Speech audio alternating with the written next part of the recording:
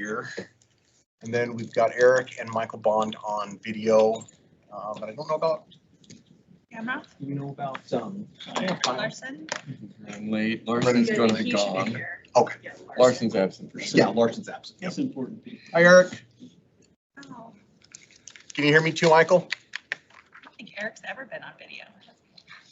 Yes, I can hear you. Okay, good. Welcome. Thank you. We're just Welcome, waiting. thanks. I think we'll go ahead and get started. So I think we have a quorum, so that's good enough for me. So we'll go ahead and start. Any meeting follow-up, anything from the last meeting that anybody would like to talk about from the regular meeting? Carter, do you have anything you'd like No, to sir. talk I about? sure don't. Okay. Let's go ahead and right into WHAM delegates. Mr. Mayor, good evening, councilors. We are proposing that Councilor Gamroth, particularly in relation to his membership on the WHAM board, be the delegate on behalf of the city, and that Mayor Pacheco be the alternate. We will also be at the meeting for the board and the membership on I believe it's a Friday. And so if it's okay with the council, we'll move in that direction.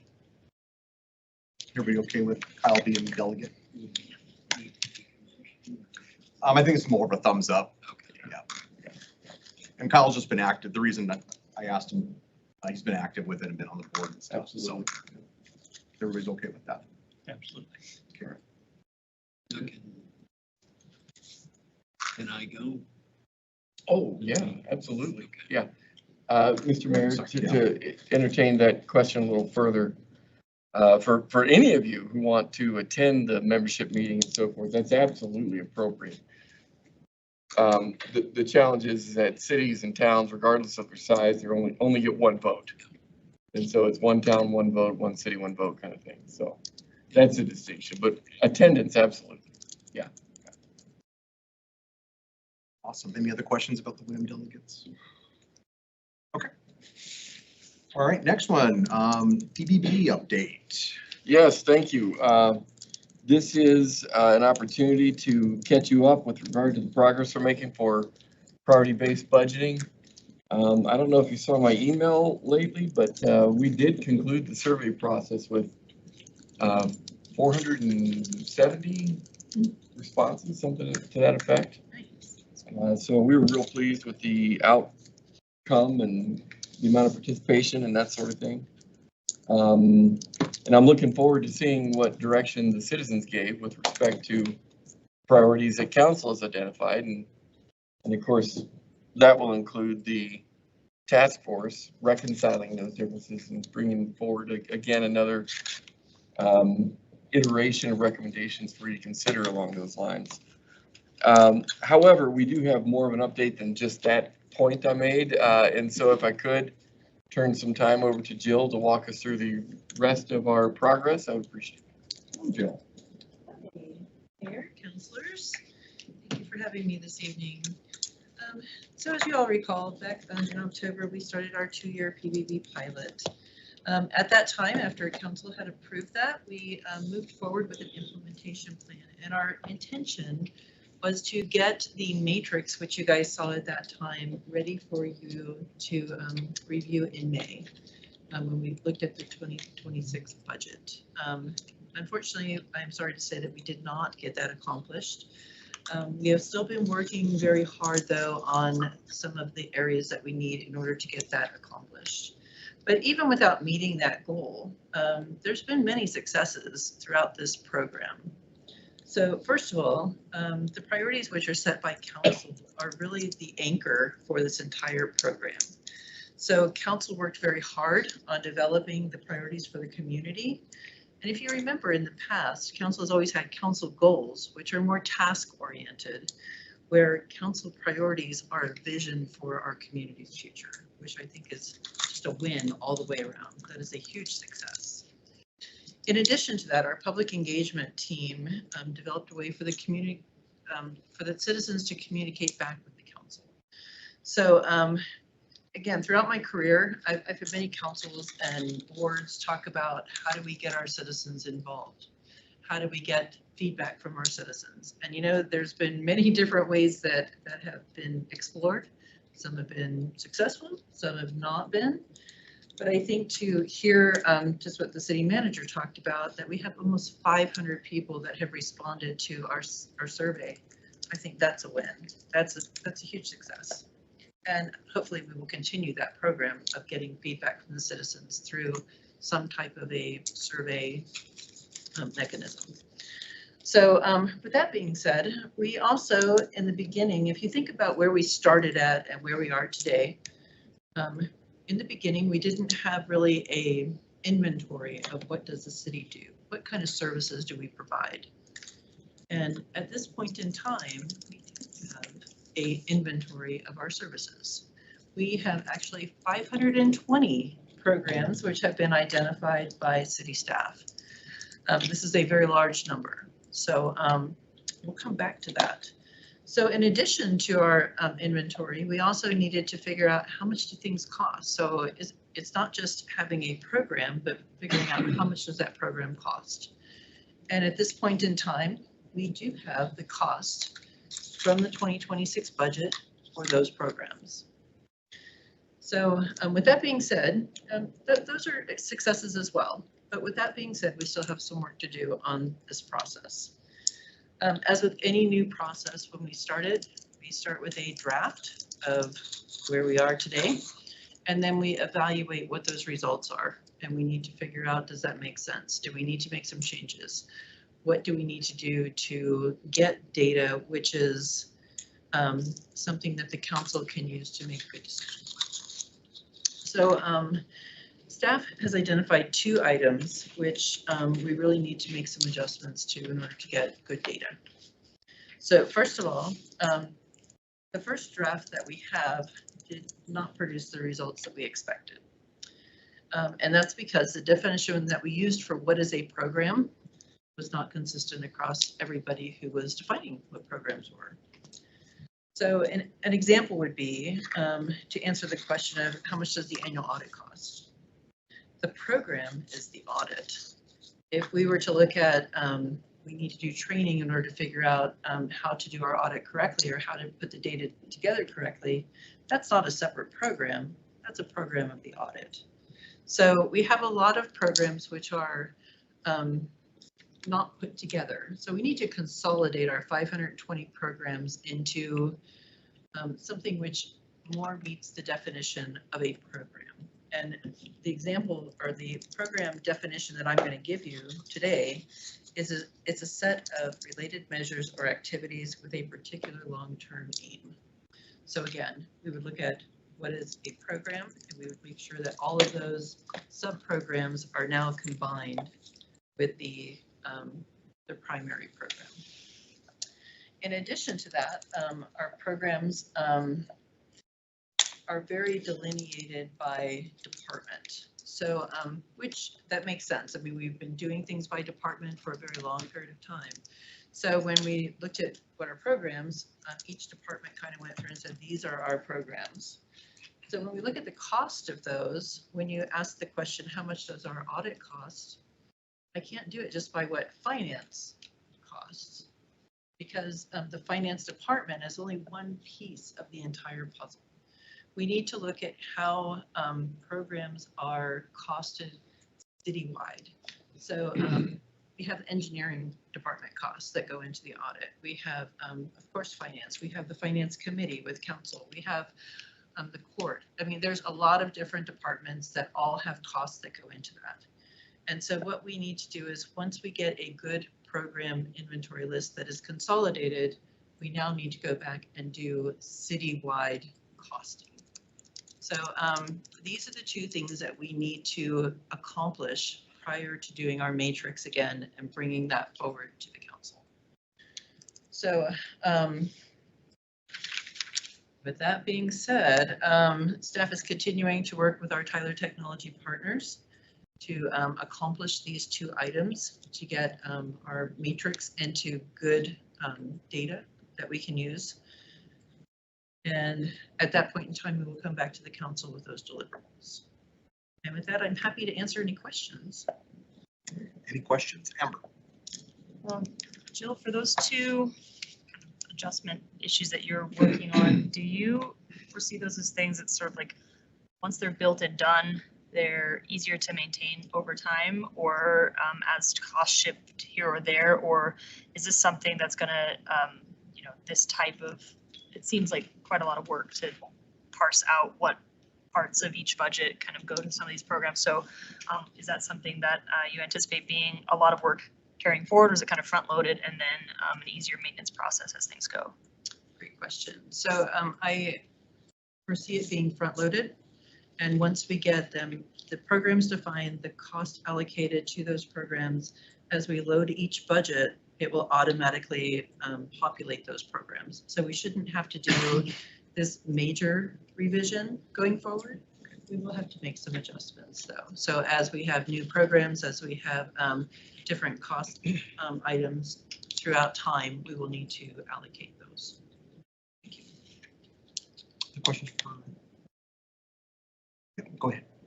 So, thank you, Mayor. And then this, please don't take this wrong way, but it just sounds like a heck of a lot of work. In the end, I mean, is it going to be worth all of this effort? Because are you doing all of this because of the priority-based budgeting tool to allocate all of these? Because I mean the way we budgeted for a single business, even though we were departmentalized, was utilities as an example, just were at the bottom, not departmentalized, to this building, this building, this building. And that's, I think, another example what you're talking about on where to allocate across the board, not just the audit. So let me make sure that I'm answering your question correctly. So we already have the ability to type in how much do we spend in utilities. I mean, I can give you that number. What we don't have is for the services that the city provides to the community is a way to explain to a citizen when they say, you guys spend so much on, and I'm just going to pick something, snow removal. Why do you spend all that money? And I couldn't tell you how much we spend on snow removal because it's not in one department. It's in multiple departments. And so to try and figure out how much does it cost in snow fighting, you would not only have to look at your trucks and your staffing and your materials, your snow melt and all of those types of things to pull all those together. And that's what the program does. So when we look at the budget by program, we are really trying to have a communication tool with the citizens that talks about this is what we do and this is how much it costs. And in addition to that, a benefit of doing this is when we have times like we have right now, where we have our revenues being reduced. How do we reduce our services? Do we take a 20% cut across the board? That's usually not reasonable. So where do you make those cuts? Do you look at, so the matrix, and I think that this was before you got on the council, Councilor Sweeney, when you look at the matrix, there's a quartile box that talks about what programs do you provide that are high in cost, they cost a lot of money, they don't serve a lot of people, they don't have a mandate of any kind, and they don't, there's other people that can provide that service. So if you have something like that and it's costing you quite a bit of money, would it make sense to reallocate that in a different way and you can free up those resources for something else? So that was part of what we talked about back in October, and I still stand by that. If I were to come before you back then and know what I know now, I would still recommend that we move forward with this. And we did it on a 2-year pilot. So if we get to the end of our 2-year pilot and you're still super unhappy with how everything turned out, then we stop it and we go back to what we were doing. we will still have some benefits to it. We will still have those benefits that I just talked about. We'll still have priorities for the community. We will still have a program inventory. We will still have some of these things. Is it a lot of work? It is a lot of work. In the beginning, I did not think it was going to be quite this labor intensive. And I think I told the council at that time, we were looking at utilizing AI to help us get some of these things done without all of the labor cost that it's potentially going to use. So as we were looking at the AI went through and scraped kind of all the programs, but that's probably how we ended up with 520 programs. So now we need people. AI is great. I think it's a great way to start the conversation, but now we need to go through and really evaluate what goes with what. And I think that AI cannot do that. That is something we will need to do. Others, yeah, go ahead. Just as kind of a reminder, one of the things that we talked about was certainly as a deliverable, that matrix and so on. I guess I've got a two-part question. Assuming we get the number of programs right, which I don't know if they've told us what a reasonable amount of programs would be for a city of our size and scope that we have as an organization. 520, we learned really quickly, is not feasible or tenable as a figure. And then secondly, can you talk about a little more in detail the report that we're anticipating getting as a deliverable as well? Absolutely.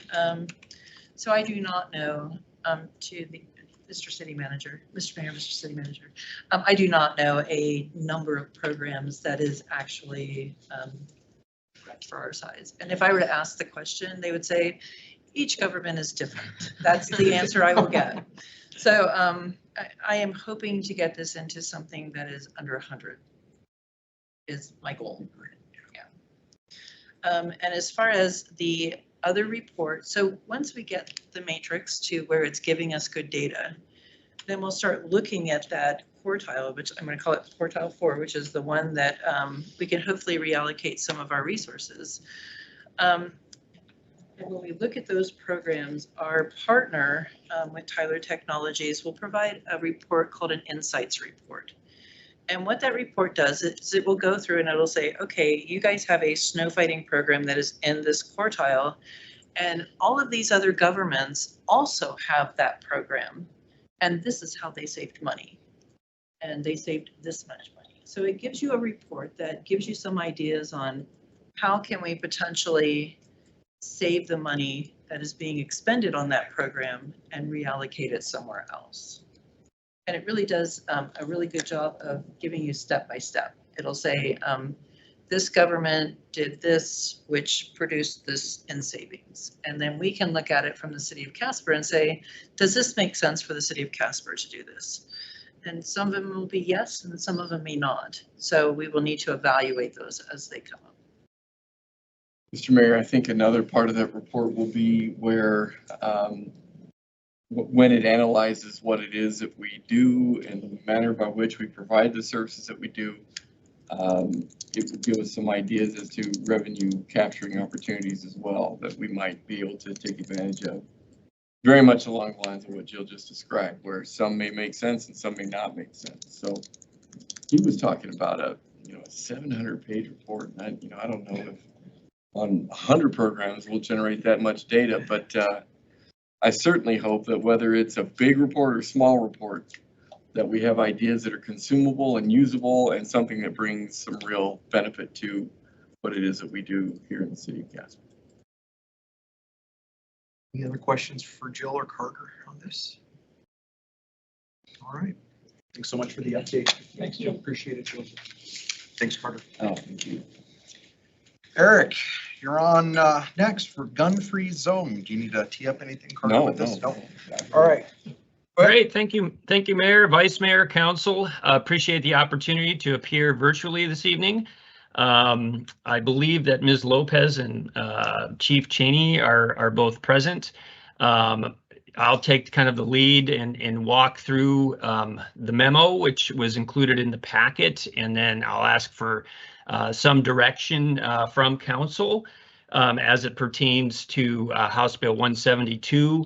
I believe that based on the direction we get from council today, we'll plan on bringing some drafts back to council at the next work session. And I believe, and the city manager can correct me if I'm wrong, we'll have a special meeting that same night for you to consider amended resolution. So with that kind of entree, I'll walk through. I will say we're slotted for 60 minutes on this. I don't think that we'll take 60 minutes. I think it'll be substantially less, but certainly we'll take as much time as council wants and answer any questions that you have. So by way of background, on July 1st of this year, House Bill 172 will become effective. This bill is known generally as the Wyoming Repeal Gun-Free Zone Act, which does a couple of things. Primarily, it enacts Wyoming Statute 6-8-105, which allows individuals who are lawfully carrying concealed weapons to carry them into any meeting of a public entity and any other public building not otherwise prohibited by law. And it gets fairly convoluted. I won't go through all the exceptions, but I think one building, well, there's several buildings that they're prohibited in, our courts, a jail, police station, but I think most pertinent for tonight's conversation, facilities or buildings where alcohol is served. So now, under Wyoming statute, there are 3 ways to lawfully carry a concealed firearm. The individual can be issued a Wyoming concealed carry permit. They can have a permit issued by another state, which offers reciprocity to citizens of Wyoming. Or 3, they can meet specific criteria that are enumerated in statute 6-8-104B. That's in your packet. I won't read through it. But if an individual meets those criteria, they may legally carry a concealed firearm. And the chief could speak to this better, but concealed is concealed from view, whether that's under a coat jacket or under a pant leg. The statute specifically allows the city to prohibit open carry firearms. So with that kind of really quick, broad overview of the statute, currently Casper has has an ordinance that's been enacted, 9.44.020, which generally speaking prohibits firearms in city meetings. It's broader than that. It prohibits deadly weapons and goes into that discussion of what that means. But I would opine that as it applies to legally concealed firearms, as of July 1st, House Bill 172 would preempt that ordinance. And so as a first item, it would be my recommendation that council consider an amendment to that ordinance. I think it's a pretty simple amendment, quite frankly, just to add some language around accepting lawfully concealed firearms. That would obviously need 3 readings. So what the request would be is if council is amenable to that we would get direction to set that first public hearing on an ordinance amendment. And to be clear, that won't be effectuated by July 1st, but to the extent that it conflicts with the state law at that time, it would be of no force in effect. So Mayor, maybe with that, I would stop and entertain any questions just pertaining to that specific ordinance. Any questions for Eric on that first part? He understands that. Okay. Go ahead, Eric. Mayor. Okay, I'll keep on trucking. Go ahead, Michael. Sorry, I've got to switch screens there. Just a quick question. Eric, maybe you'll answer this as we go on, but I'm wondering if the resolution that or ordinance change that we're considering will address employee, like I noticed that on the school side of things, the school boards are considering, obviously, school board regulations about employees and staff members carrying concealed weapons. And I'm just wondering if you foresee that as something that we would address in our ordinance changes with employees and or council members with concealed weapons. Yeah, Mayor, Counselor. So a couple of points with regard to that. So one, the statute as it pertains to schools and universities is have different sections, and so they do have more latitude in what they require, and specifically speaks to employees. I am aware that many school districts are addressing that. But secondly, and maybe more importantly, so matters pertaining to employees other than the 3 direct reports are entrusted to the city manager. And so we have conferred internally with HR, and we will be addressing the employee aspect through a personnel policy change. That's not something that we would plan on bringing to council, because that's not something that council would necessarily have to approve. That's been delegated to the city manager. So I guess my question then is, would that same policy, I guess I'm wondering which one applies to council members who might have concealed carry weapons. Would that be under the public facing ordinance or the employee section or employee policy? Yeah, Mayor. Neither. Yeah, Mayor, Counselor, I don't typically, you all are elected officials, and so you're not typically held to, the requirements in the personnel policies that apply to employees of the city. So certainly I think that the ordinance would apply, the statute would apply to the electeds. And the next item I would address, frankly, will be the general resolution regarding firearms in city council meetings, and I think that would apply equally to members of the public as well as council members. So Mayor, Councilman, yeah, you're welcome. With that transition, the other item that is currently in effect is Resolution 22-37, which back in 2022, the city passed in conjunction or kind of connected to the ordinance, which goes on and establishes screening at city council meetings, and put some sideboards around the ability or lack thereof of members of the public or anyone to bring in deadly weapons. So we believe that it is necessary in order to stay in compliance with the new law as of July 1st to amend that resolution. My reading of the House Bill 172 is that it pertains to concealed carry firearms, so not necessarily to all deadly weapons. I don't think that it throws the gate wide open to allow, improvised explosive devices to be surreptitiously brought into meetings or any other types of deadly weapons. So with that, I believe that we do have the ability, if council so chooses, to keep screening individuals coming into meetings, while acknowledging in an amended policy that if they meet the criteria to lawfully carry a concealed weapon, that they can bring that firearm into the city meeting. Now, I would also argue that under the third prong, that does not require a permit, since the statute's been passed and does not say anyone can, I believe there's an implied power on the part of the city to take steps to ensure that anyone bringing a concealed weapon meets one of these 3 criteria. And so I think there's a spectrum upon which we could embark.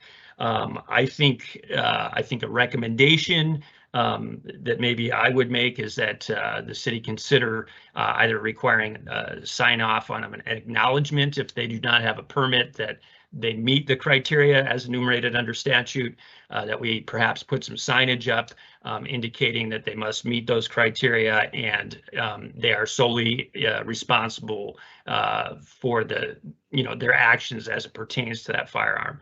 And if the chief is there, this might be a good time if he wanted to come up and address council on his view of this, since his department will be tasked with manning the screening, and to get his thoughts on how he thinks would be a reasonable way to proceed. Chief? Mayor, can I, Yeah. You bet. before we go there, so if not just council, but so I come in to pay my water bill, what are we thinking there in general? And because we have a stop point, before you can go through the doors to pay your bill. So I'm just wondering, have you thought through that? Mayor, councilor, so we have discussed that issue quite a bit, as we have all of these various issues. I think that my recommendation that I'll get to, but it is kind of part and parcel of this, is that we would amend this resolution to speak to city buildings and facilities in general. Currently, we don't have a universal policy, regarding weapons that applies to every city facility. I think where it gets a little bit difficult is that, yes, we have a stop point, but we don't have, it's not manned by a law enforcement officer. So the question then becomes, if we require certain verification and they refuse, what's the recourse? And so certainly that could be something maybe that the chief could speak to as well. And then I think Ms. Lopez, who's our public facilities director, may have some thoughts around that as well. Chief, do you want to start with the other stuff and then maybe go down that? Sure. What did we, where did we leave that off, Mayor? Sorry. Eric, what did you want to have the chief talk more to?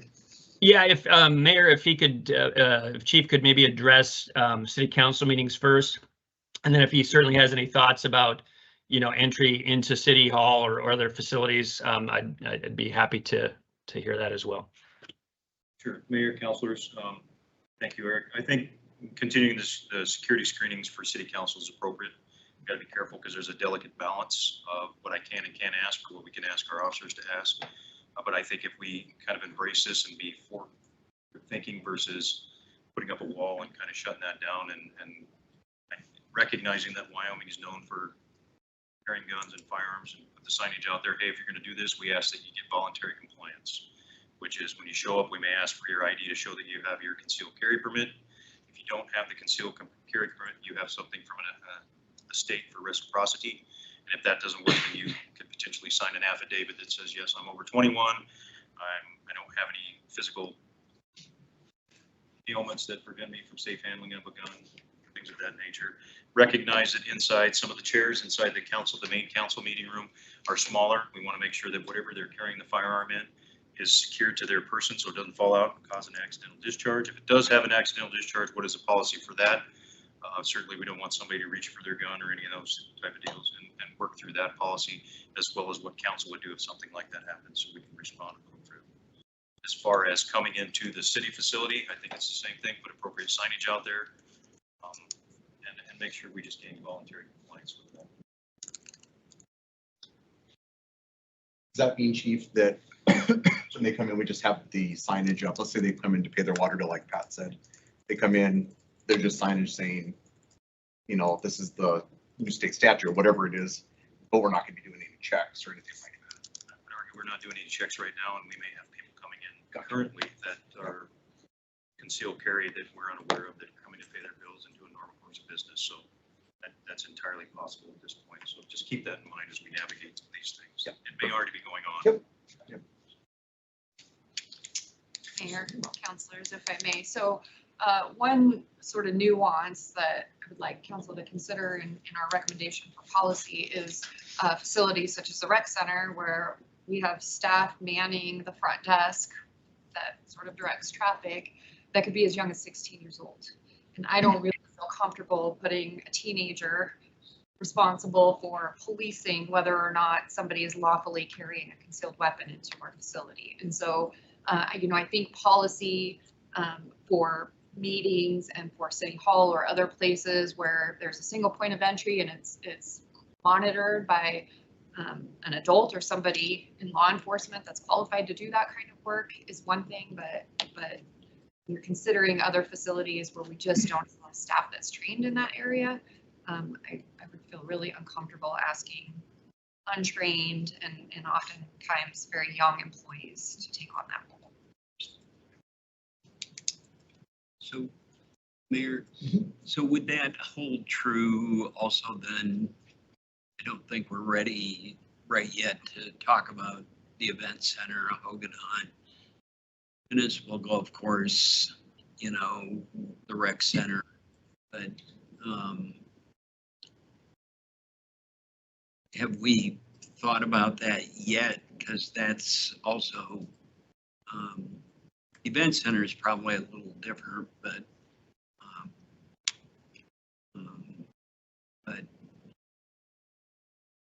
so would it be, if I'm coming in to play basketball and I'm carrying tight to my body and the shirt's covering it? Mayor, Councilor, Eric, do you want me to dive into that, or do you want to follow a certain order of discussion? So Mayor, I'm happy to kind of dive into this. It is all inextricably linked, and so it's kind of hard to compartmentalize all these issues. But Councilor, so we have thought about those issues.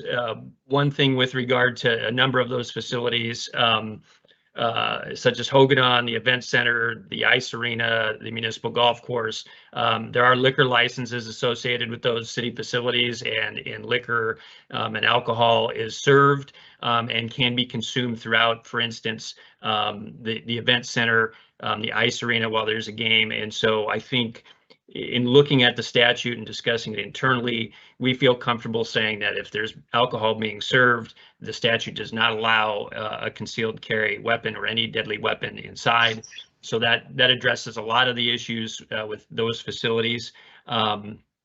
With regard to, say, the rec center, the statute is somewhat narrow in that it allows individuals who are legally entitled to conceal carry to bring weapons into the city buildings. I don't think it goes so far as to say, and we have to let them participate in activities such as basketball while carrying the firearm. And so it would be my recommendation that in instances of like the rec center where there's activities where having an individual carry that on their person and engage in that activity would result in really an inordinate risk to themselves and others, that we don't allow that. That yes, you can come in if you're legally entitled to conceal carry it, you can keep it on your body.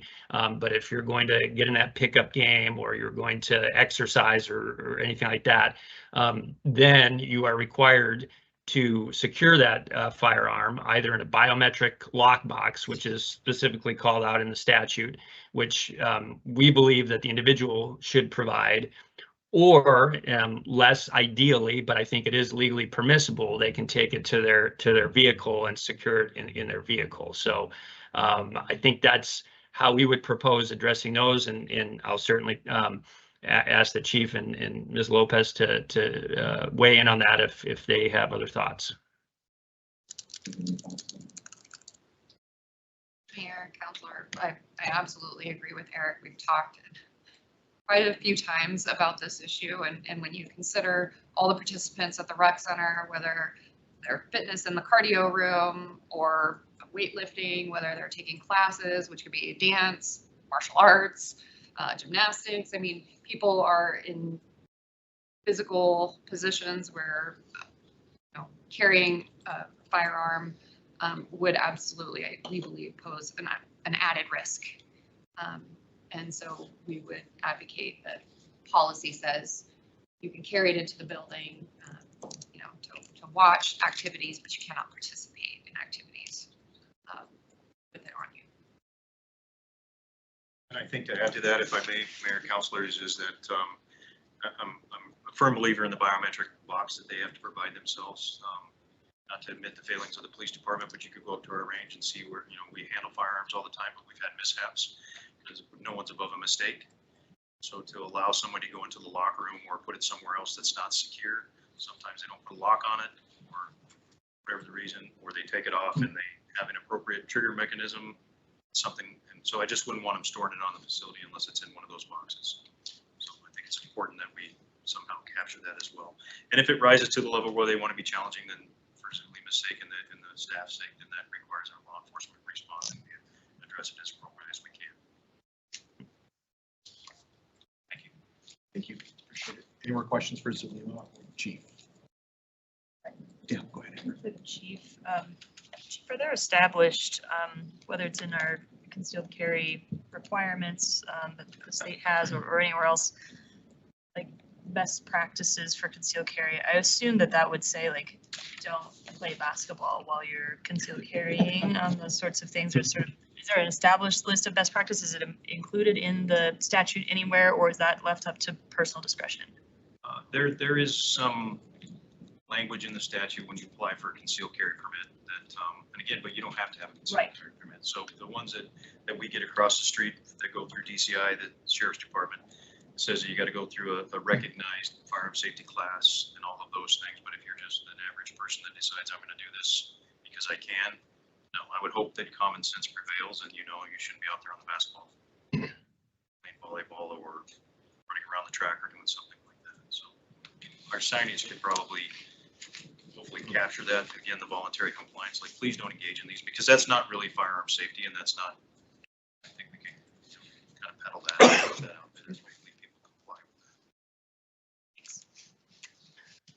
So Mayor, just to dovetail on that, I agree with the chief. And I think, the other thing that we've discussed is take the rec center, for example. We've got, youth summer camps. We've got a lot of children around. I think the fact that that's a unique risk is acknowledged by the statute, and the fact that school districts can require a Wyoming issued concealed carry permit to allow somebody in with a firearm. Ostensibly because you have children in large numbers, congregated. We have that same situation at the rec center, but we don't have the same statutory ability to vet. And so I think, to the extent that we can, and I think the city has some general authority under Title 15 to enact regulations for the protection of the public. In those situations, I think requiring them to not store it unless it's in a biometric box and not engage in these activities, I think is an implied power and an express power granted the city via statute. So again, wanting to acknowledge the right that is created by the statute, while at the same time enacting policies that reasonably protect the public, our employees, and frankly the individuals themselves, should something happen, I think is our goal. Thanks, sir. Thank you, guys. Oh, yeah. So do you think we need separate policies or directives or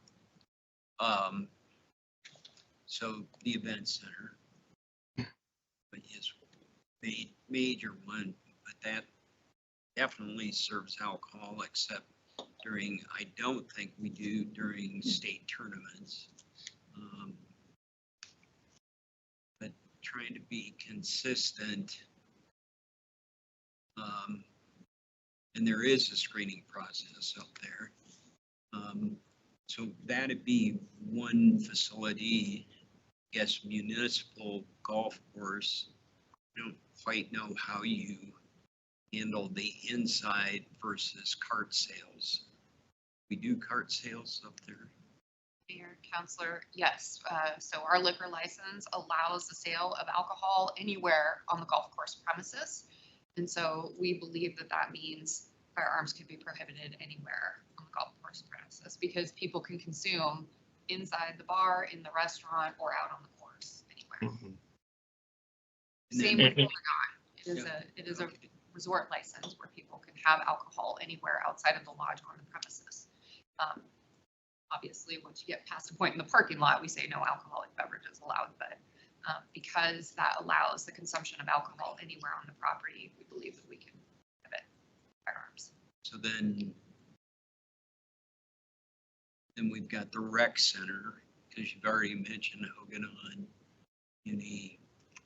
So then we've got the rec center, and would that deem, except the ice facility, you know, for when they've got those special games, will permit. So- Mayor, oh, I'm sorry, I didn't mean to, if I No, might. Go ahead, Eric. Yeah, thank you. Counselor, so a couple of points that I would make. Remember, the statute applies to facilities or buildings, physical structures. And so it's not a constitutional right that's being necessarily asserted. I think it gets conflated with the Second Amendment, but this is a statutorily created right to bring them into government buildings. And so as it pertains to our ability to regulate them on the golf course, I think Ms. Lopez is correct. I think there's really two arguments, and that is one, that the statute does not extend to out on the golf course. And so I believe that we can continue to regulate it as we have up to this point. And two, she's absolutely correct. It's a license that allows sales all throughout the course. And so in reading that statute, I believe that we have the ability to prohibit it at the municipal golf course. With regard to the event center, that does create some challenges. So for many of the activities, there is alcohol sold. Again, it's dispensed on the upper level, but it can be carried throughout. And so our view of this is that would prohibit. We would give the city the ability to prohibit it throughout the facility.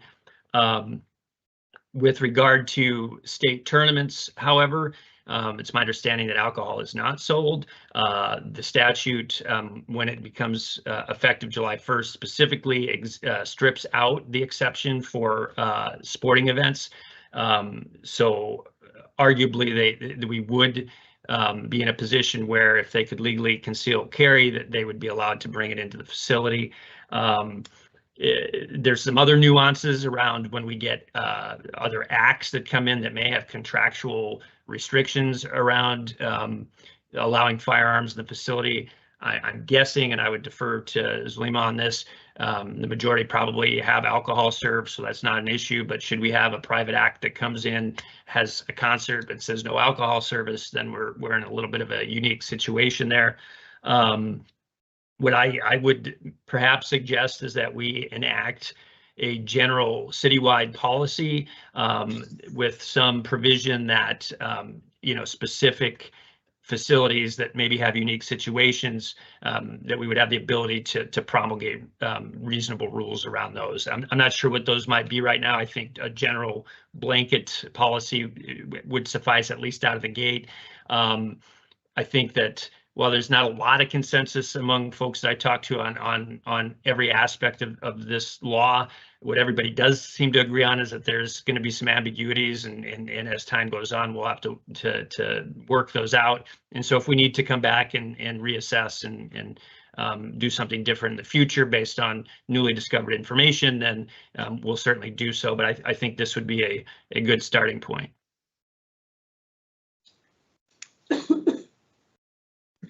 Thank you. Thank you. Yeah, go ahead, Pat.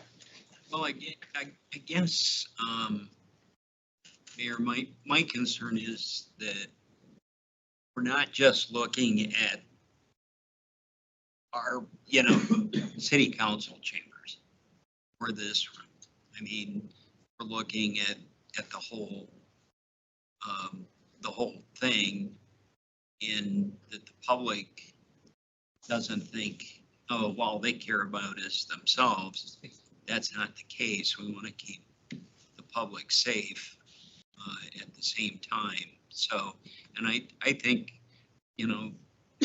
Eric and the chief and the director have done a great job of trying to maneuver all of that. in as time goes on, because I don't know how you direct, in particular, the event center, how you change policy midstream, even though, you know, like state tournaments in particular, how you not, how you change screening. Because if you remember a few years ago, after I think it was basketball, might have been wrestling, there was a knife incident outside the event center, but still on the grounds.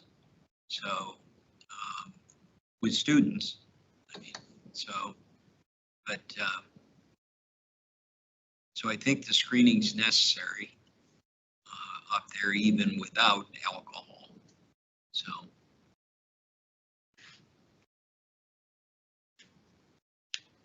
Eric, did you want to continue? I think you have another area that you need to hit. So Mayor, Council, I think we've kind of folded everything into the broader context. So really the two, you know, specific kind of questions, I guess, or direction that we would need would be, well, I guess there's maybe three. One would be just around doing the ordinance amendment. Two would be, do we continue to screen, and if so, amend the policy around screening to reflect the new statute?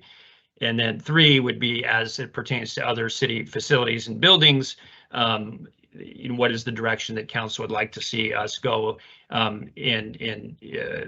You know, in my opinion, that we could fold that into one kind of broad resolution and policy. So I think those are the general questions that I would have and ask council for direction on. So what does council think? Let's start with the first, which I believe is talking about just kind of reshaping the ordinance, correct? Is that what the first one is? That's correct. Yeah, it's complying with the statute. So how does everybody feel about that? I mean, it's pretty straightforward. I think we need to be able to do that. Yeah. Okay. Perfect. Okay. Then what was the next one, Eric? Sorry, I have ADHD. Yeah, no worries, Mayor. I think the second question would be around screening for city council meetings specifically. Yeah, do we want to continue screening, and B, you know, what if any vetting do we want to do at the door in terms of signage, those types of things? Thank you. So this was a little bit more, I think, more nuanced, a little bit more conversation. Thought we can open it up. So Pat. So I'll start. I definitely want to continue the screening. But I think I would well, we're just talking about council chambers, but I definitely want to continue the screening. I think the signage is a great idea. And I also think it's fair if they are carrying that, just a simple, you know, a sheet on, you know, you have a permit, you know, the three questions. And if it's the latter one, that it's, you know, kind of the honor system that, you know, that I don't want it too onerous on that, but there should be some way. I think the chief mentioned that some sort of a form they can quickly, and basically a liability. I don't know if we can do a disclaimer if it accidentally discharges, you know, they've admitted they're concealed carry or whatever that it needs to look like. But those are some of my thoughts, and maybe Eric and the chief have got thoughts on what that might look like as far as a simple questionnaire on the concealed carry. So Eric, what I'm hearing, so we've got a couple things. So we're talking about the screening and trying to go through it. Obviously, what are our options is what it sounds like Pat's trying to say as far as documentation. If they don't, they don't have the license to show for concealed carry, but they sign off on it and say, no, I do, but this onus is on them. So I guess kind of what path forward would we need to do for that? Yeah, Mayor, Council. So I think I'm tracking. So I think the Councilor Sweeney's comments would be to continue the screening, have some signage up, and then the question is do we during the screening process, if somebody comes in with a concealed weapon, do we ask if they have a permit? And if they don't, that doesn't mean that they can't bring it in, but they do have to meet those criteria under the statute, and there's absolutely no way at the door, and maybe even otherwise, that we could reasonably ascertain if they met all those criteria. So when I look at this, I look at it really from two perspectives. I mean, one, and probably the most important, is, okay, let's make sure everybody's safe, and so we're going to do what we can to ensure the safety of everyone. But if something should happen, have we taken reasonable steps within the city's power to ensure compliance with that statute? And because worst case scenario, somebody comes in, there's an accidental discharge and somebody is injured, and it turns out that they were a felon and we should not have let them in because they didn't qualify. What can we do then in a subsequent lawsuit to say we took reasonable steps? And so I think the reasonable step would be to have them sign off on something where they, affirm that they do meet these criteria under the state statute. I think even less onerous would be something just in the signage that says, by entering with, a concealed firearm, you acknowledge that you either have a validly issued permit or you meet the criteria enunciated in Wyoming statute, so that they're at least on notice, and that if they don't meet those, then they shouldn't bring it in. It is a little bit of an honor system, but it's probably not tenable to really, take that deep dive at the door. So Erica, are you suggesting then that if we had just the signage that's saying this is really kind of quote unquote the honor system, and this is on you if something happened, whatever, instead of having something to sign off on, to put that liability back on them if they are a felon and they shouldn't be carrying a firearm? Or do you feel like the signage is enough? Does that make sense? Yeah, absolutely, Mayor. You never can predict should something go to court what's going to be enough. I think certainly having somebody sign off on something would be more solid. I think if I heard the chief correctly, I mean, that's something that he recommended. I think it's minimally invasive. We're not saying, okay, show us, all these things that you've never been committed to a state hospital, do some tests so we can tell if you're physically infirm, but we're just simply asking for a signed acknowledgement that, yes, I hereby swear and affirm that I meet these criteria and I'm legally, able to carry a concealed firearm in the state of Wyoming. So I would be comfortable with that. I would be comfortable, probably less comfortable, but still comfortable if we just did the signage. It's really, I think, in my view, it's a policy call for council. Does council feel about one? Let's go with the screening here in a second. But right now, currently, we're talking about signing versus signage. Don, Amber. Yeah, I mean, for me, the fact that these criteria are enumerated in detail in the statute suggests that there ought to be some sort of mechanism to adjudicate those criteria. So I think that we should get some sort of acknowledgement, whether it's signature or a verbal acknowledgement or whatever the case may be. I feel like we could go somewhere, but I think simply walking through the signage, we then don't really have confirmation that people saw it, were aware of it, understood their obligations as, a carrier of this weapon. So I think some sort of acknowledgement, one that doesn't back up the process trying to get people in the room, because I don't want people to be dissuaded from coming because there's a huge line to get in or something like that. So something that is expedient, something that the officers feel comfortable in whatever, mechanism they feel comfortable engaging with the public in that way. I suspect that a signed form, particularly one if folks are needing to put their name down and all that sort of thing, is going to feel more invasive to citizens than a verbal acknowledgement.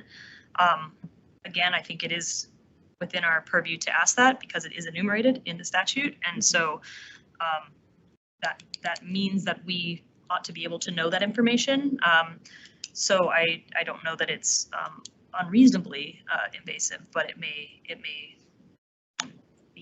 feel less cumbersome, less invasive if it's a verbal acknowledgement. But honestly, I would almost just defer to Eric and the chief to determine like what is the most sound and most expeditious way to get folks through that process in a way that feels like a reasonable way to engage with this issue. I don't have a strong opinion, but I do think we should get some sort of acknowledgement that people understand that those are their obligations and that they in fact say, yes, I do meet those criteria. So that's a great point. Yeah, go ahead. I agree. And then if we are doing written, are we going to have them do it every Tuesday or one and keep it on file, which I think is not going to be faster really. So I don't want to say every week. And besides, what if I got a felon next week and then my last paper was a lie? So if it's every week, are you filling out a form every week? And are they just going to randomly sign it, or are we providing a driver's license to make sure that they're signing the name that is real? So I almost feel like signature is a little more tedious than a verbal, but I do think we do need them to acknowledge it. That way, if they accidentally shoot someone, we're not the ones getting sued. Well, my question, and I know I don't want to go down too many rabbit holes, but into that question, I'm kind of leaving it up to the chief and Eric and staff to come up with ways for us to do the most effective, least intrusive way to get that. I don't even know if paper is the most effective, but I don't know if digital signatures would be a possibility to acknowledge off of that. I don't know, but I'd leave that up to the staff to be able to make that decision. I don't know how you guys feel about that. Yeah, Mayor, if I might, so I agree with Councillor Pollock. I think all of these are contemplated because, again, there are specific criteria, and I believe that we have an implied power to take reasonable steps to verify them. I think balancing kind of the invasiveness versus the expeditiousness, certainly we can, and if the chief is amenable to this, question them at the gate if they're coming through. If they don't have a permit, we can ask for a verbal acknowledgement. I don't know if there's a way to, either have a video on the, entry to the council chambers or a recording or something like that to where we're not having to stop and get signatures. My gut feeling is that if we start asking for ID and we start asking for them to sign off on things, and that's going to feel onerous. Again, not necessarily my opinion that it would be beyond our legal authority, but it certainly could engender some pushback and maybe a needlessly escalate a situation. So I would feel comfortable doing something more on along the lines of an oral acknowledgement that we somehow document. But if council's comfortable, I'll work with Chief Cheney and we can come up with a process that he feels comfortable, that his officers can implement, that I'm comfortable with from a legal standpoint, and then we can bring that back to council at the next work session. Yeah, I would agree with that. I think that's a pretty prudent plan, because I think us as lay people we could hash this out forever. But if we can rely on the police and the attorneys to kind of really hash out to say, yeah, we're okay with screening, but how is the best way, most least invasive, but that's going to protect the chambers. Yeah. And I would just suggest to the extent that any of this needs to be passed in a resolution or whatever the case may be, that we leave it open-ended enough that we can alter the process as needed if there is something that is not working, or we've found that the process is too too cumbersome, or whatever the case may be. We don't have to go through a resolution again. We can just make that an internal policy change, process change that can proceed forward. So create some sort of language that just says, receive acknowledgement and doesn't detail how are we going to receive that acknowledgement so that it just doesn't tie their hands if they need to make a shift as we go along. Eric, does that sound good? Mayor, I think it does. We'll have to give some thought to that. We'll want it to be, I guess, specific enough so that people have reasonable notice of what the policy is, but then allowing, us some ability to modify it slightly to fit the situation better. I think we can thread that needle. So I think that's good advice. Michael, do you have something? Yeah, thank you, Mayor. Just something to think about. I totally defer to staff to figure out the logistics of this, but just an idea that might be considered is it's not, I don't think, beyond the realm of I don't know whether it's expeditious or just having uniform practice, but that when I enter a school or some other public buildings, I typically sign a log of some type anyway. So I just wonder about the practicality of that's just the standard practice when you enter a city council meeting as well as screening. You sign everybody signs an affidavit or just the signature that that maybe as Councilor Pollack mentioned, there's specific criteria in the law that obviously gives us some latitude to use for enforcement. So and just making sure that we're following the law. So I don't know, just again a possibility that just might be a standard practice that everybody signs a log that attests to these 3 criteria or something. Eric, I don't know if you have anything you wanted to say about that. Or Yeah, Mayor.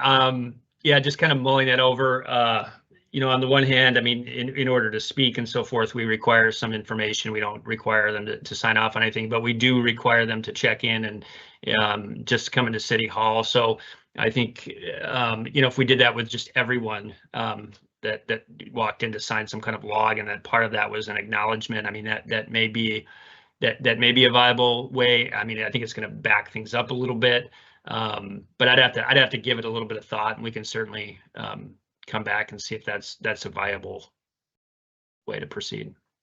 Thanks, sir. I just thought it might, one advantage it might have is not, that it's not singling folks out. Mm-hmm. And that might avoid Right. that contention there. Right. Jenna. I just have a question. Because I'm looking at like Gillette City Council is on to their 3rd reading now. Are we paying attention to, Eric, I kind of assume you are, about how Gillette, what they're doing for their protocols now with that?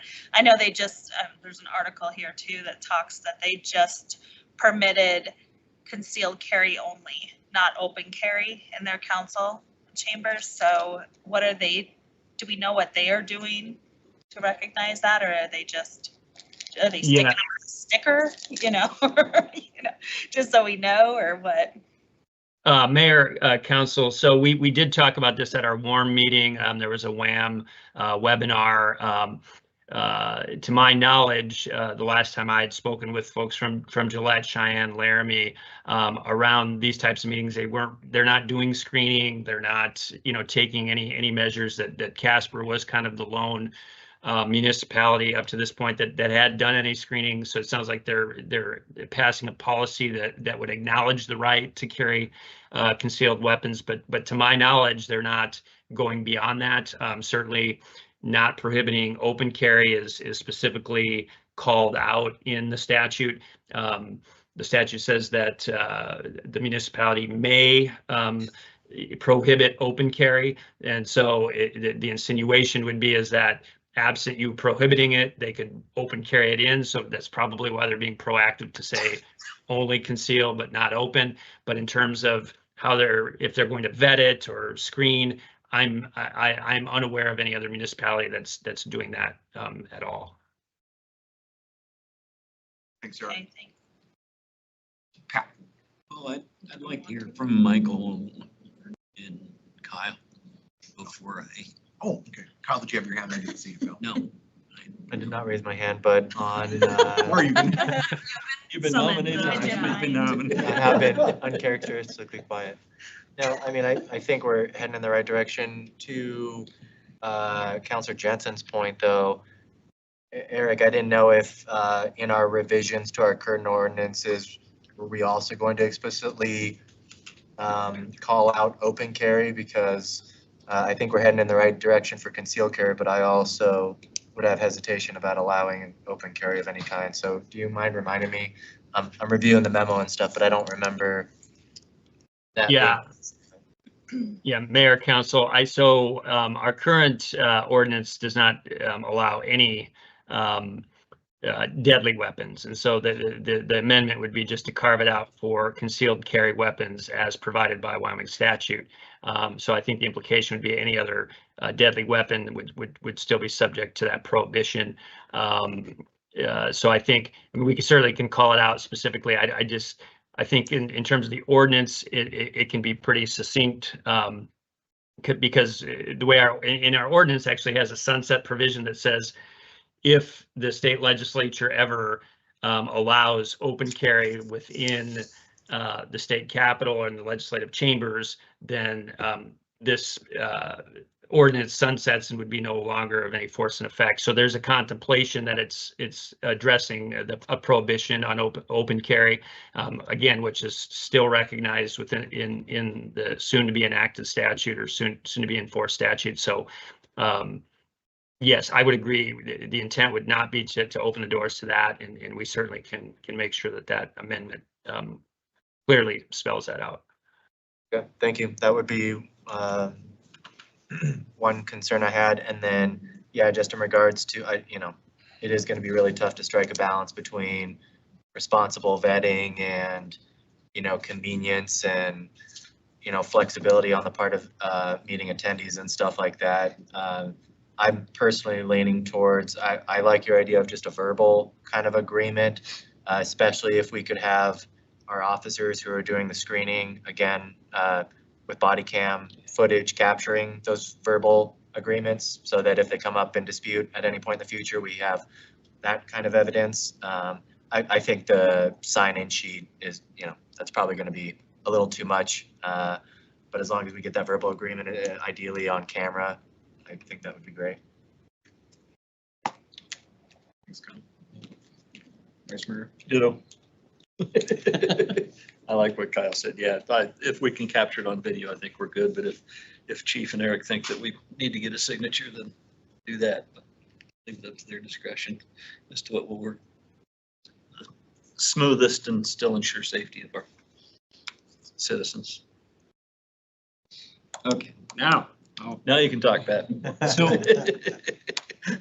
trying to put my mind around all of that. So, and I do like the body cam idea. I don't know if that's possible, with one officer out there. I guess we'd have to ask the chief.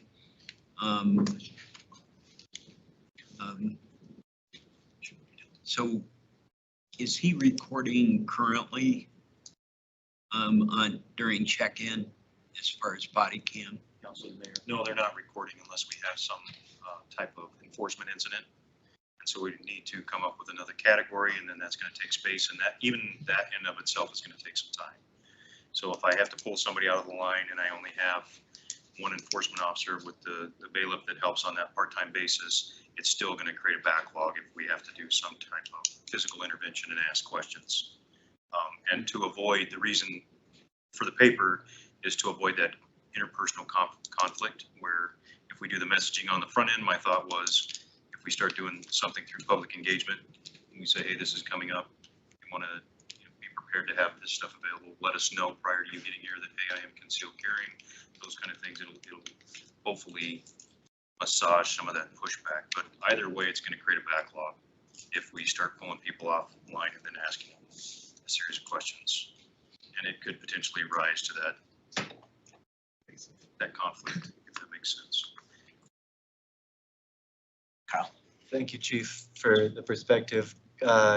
Eric, going back to you, I'm sorry, did you voice some level of concern about if we just had a monitor kind of displaying, you know, education about attending a public meeting while concealed carrying?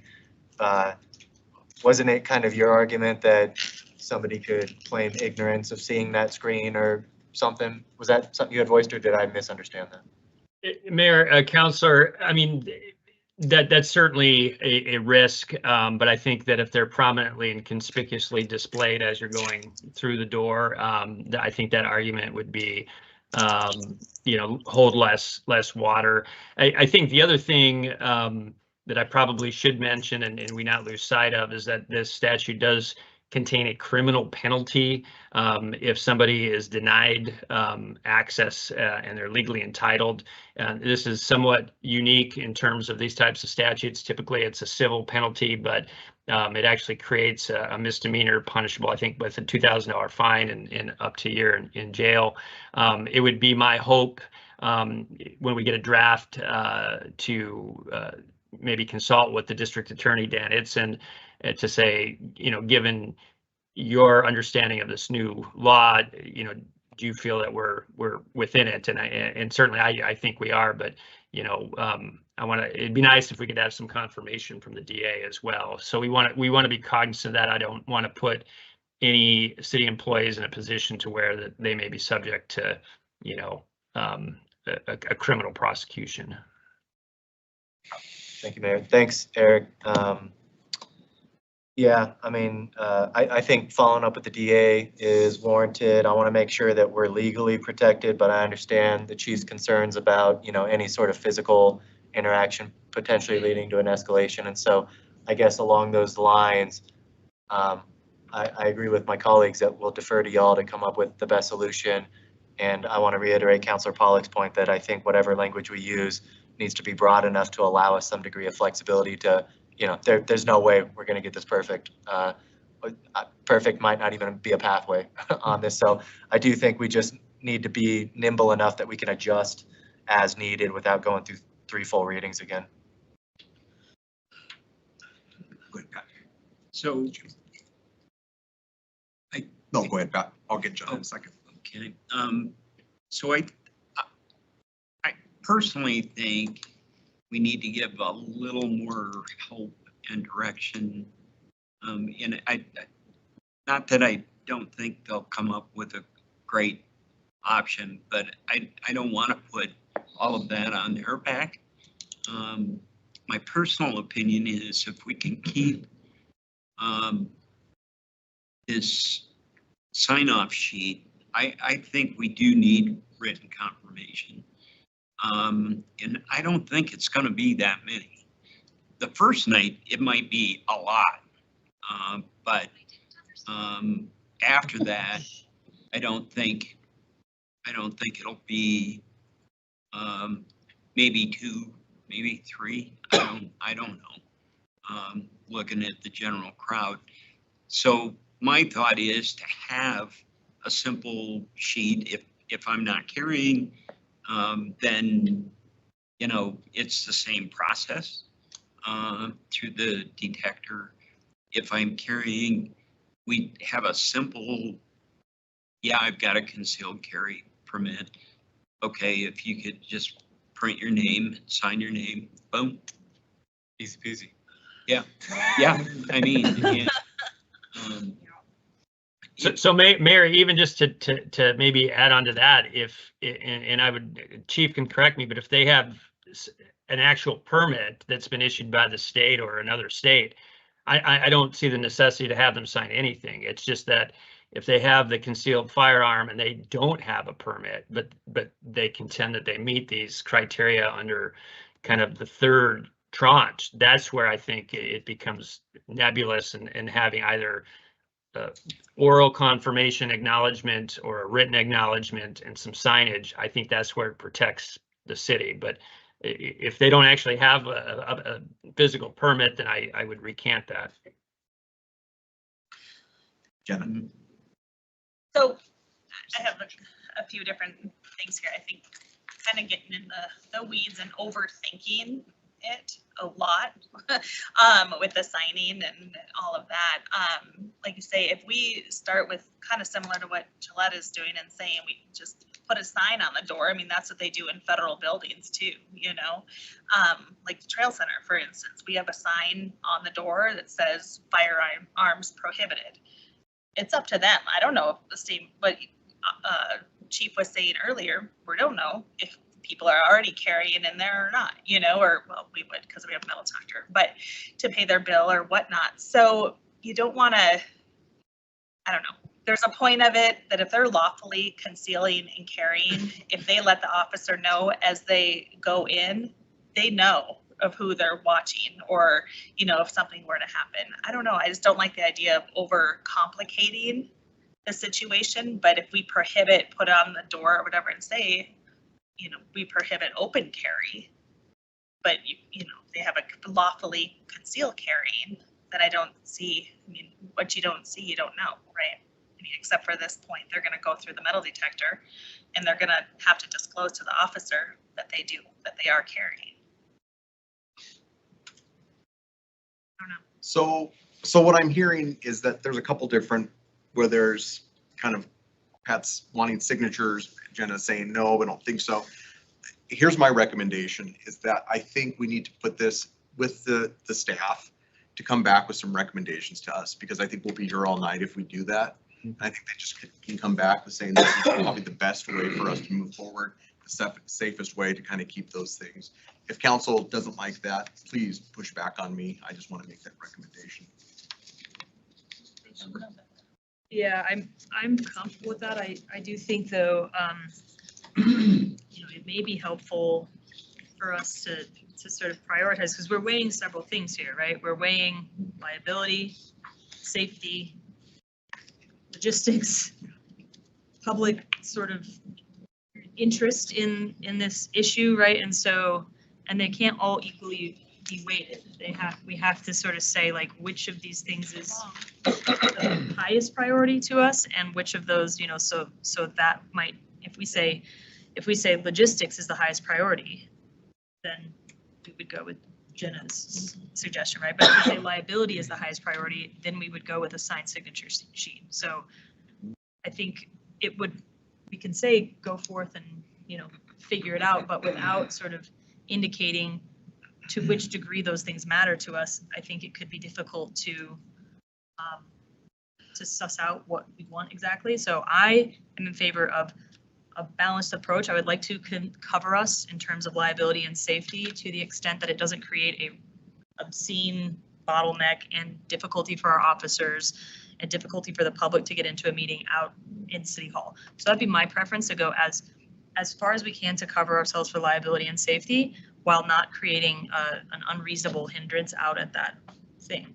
Now, if there are other folks who say like, actually, I prefer to just streamline it, even if that means a little bit more liability and risk, like, I think that's the conversation we need to have, and like throw the dart at the target where we want that. And then I think the policy will sort of be clear after that. So what is council's priority then? Logistics? I said mine. Yeah. But that's just me. Yours is more of a balance, is what it sounds like. Yeah, tilting towards covering for liability and safety. Okay. Slightly, but without going all the way to where we're really hindering Right. ourselves out there. Which I would probably fall in line with what Amber's saying on that. Yeah, Pat. Mayor, can I ask the chief, I mean, you heard Eric's perspective on concealed carry, on sign in. I think, and I'm certainly not an attorney, and Eric, please weigh in also, but I think you have less liability if you treat each of those categories, concealed carry permit from Wyoming or a reciprocal state would be number 2, or then the third variance, and then that one may be a little more detailed oriented, where we'd have to pull them to the side just for a second. I don't think we need to make it too onerous, unless they're, you know, a crackhead coming in here that claims their legitimate right. But I've never seen that. Well, maybe, but what, in your mind, what's going to be the less onerous on our staff and your folks, you know, without, and still having a balance like Amber's talking about? I'm leaning more towards, I guess, what Amber's talking about. Thank you for the question, Mayor, councilors. I think the less cumbersome piece would, we are truly really the only municipality that does security screening. The research that I've done in reaching out to some of our agency partners that I'm aware of. And I think if you go back to the incident that led us to get to this point, we probably had people inside council that had firearms or other, what could be described by state statute as a deadly weapon. So I think if you want to continue the screening, then we got to figure out an appropriate process, what that looks like for somebody that does not have a state issued card that says concealed carry or something like that. I think you could have a table off to the side where they could acknowledge, hey, I'm 20, I don't have this. And then they come up and give that to Officer Burns or Officer Douglas. And no harm, no foul, but they've acknowledged it outside of the original screening process. Or you abandon the screening process and just put some signage up and, you know, expect people to be good human beings and not come in with explosive devices or Molotov cocktails. And, you know, I get those are extreme things, but pocket knives, things like that, and allow officers to still be here in case something does unfold. But that would be the other recommendation. You have one or two extremes. So Mayor, so follow up to that. So just so I understand, the only real sign in is, would be if you don't have a permit. Correct. Okay. Okay. And the rest would just be, if you've got the other two categories, not asking them to show it's on the honor system. Yeah, I've got a permit and I am carrying it. I think they would have to disclose that before they go through the screening. Yes, I have it.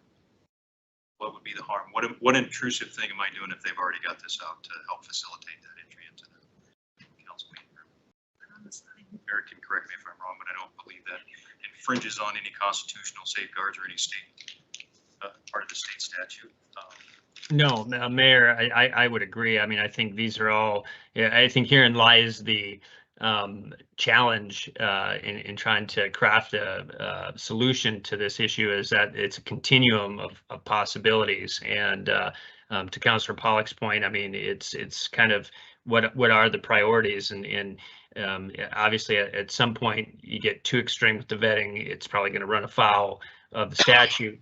But there's a lot of things that can happen up to that point, and to the chief's point, you know, no other municipality is screening, and so that would be the extreme. On the other side would be to do away with the screening and just put up a sign and not worry about it. My sense has been that there is desire to continue to screen, because certainly these other deadly weapons are not allowed, and we have the clear ability to you know, prohibit them. And so really what we're talking about is one small sliver, and that is the individual that has a concealed firearm that does not have a permit that they can show. And so how do we get some kind of acknowledgement that you know, they actually are entitled under that statute because they meet those criteria? And that could be, you know, a verbal acknowledgement, it could be a written, and so I do think, without, you know, picking one of these definitively tonight, I think that I have heard from council the clear direction that the majority of council wants to go. I'm certainly happy to sit down with the chief and talk about the logistical implications of going either one of those ways, and then based on that discussion, come back on the 24th with the staff's recommendation, keeping in mind what we've heard here tonight. Amber. Eric, it just occurred to me, if we create some sort of mechanism to ask for an acknowledgement that I meet all of these criteria, the individual refuses to provide that acknowledgement, but they do meet those criteria unbeknownst to us, and they then are refused entry into the chambers. That seems to me like it could create an additional liability issue for us because we are asking for acknowledgement. What do you think? Mayor, councilor, so now we're really getting into the weeds and the hypotheticals here. So arguably, yes, they'd been denied entry and they're otherwise permitted, and so they may argue that it's a misdemeanor. I would argue that statute is constitutionally deficient, and then I would argue also that it's well within the city's right to ask for this affirmation, and thus it cannot be a criminal violation. But we're really spin it off into kind of the hypothetical world here. And again, that this is the challenge with this piece of legislation and this bill, is that there's a lot of loose ends that just weren't neatly tied down. So I guess in short answer, could that happen? Yes, that is a possibility. I think that there's pretty solid arguments that if we ask for reasonable verification, that we have that ability as a municipality, and if they refused, then we are within our rights, because we have not, they have not shown any proof that they're entitled. So. Okay, thank you.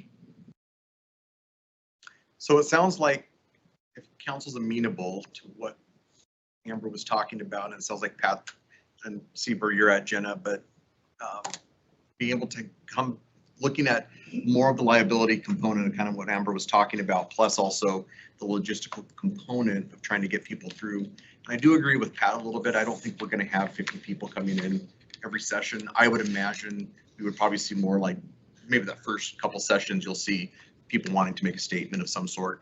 And then after that, it would probably start to be a little bit smaller and so forth.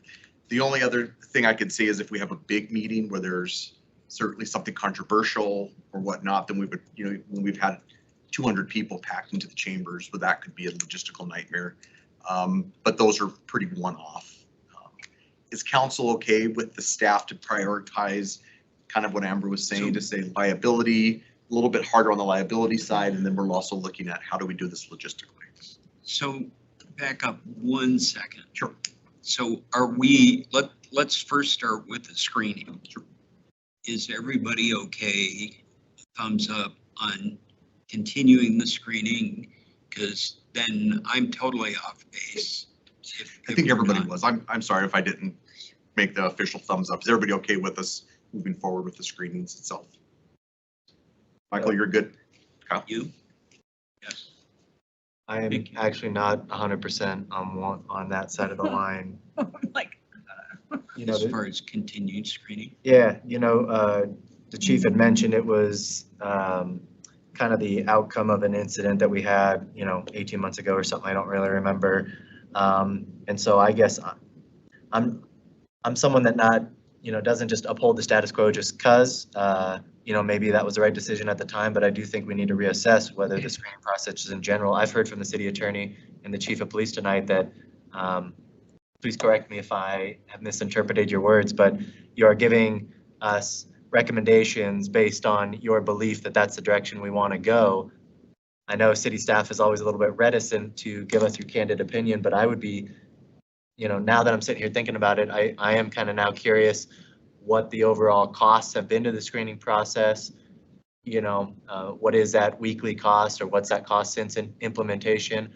I'd be curious on the chief of police perspective. Do you believe it has enhanced the security of our meetings, or do you believe that if someone comes in with nefarious intent, that, they come in, they go through the screening process, we identify that they have a gun, they say that, oh yeah, I'm not a felon, I fit all this criteria and I'll sign my sheet. I mean, that's kind of the same argument that the people removing the gun-free zones would make. If a criminal comes in, they'll sign the paper and they don't care what the consequences of signing the paper are, because they're already, coming in with criminal nefarious intent. So I would be curious if you believe our screening thus far has enhanced the security of our meeting chambers. You mentioned the fact that before we started screening, it was entirely possible people were coming in with concealed firearms and we didn't know because there was no mechanism for us to do that. So I'm worried that we're just going to complicate the screening process, create all these additional steps that might have marginal, if any, impact on somebody with nefarious intent coming in here and, doing what they're going to do. But Mayor, Councilor, I believe that it has enhanced, that you put people on notice that we are paying attention to these things, and I do believe that we shape the behavior that we want to have in the council chambers.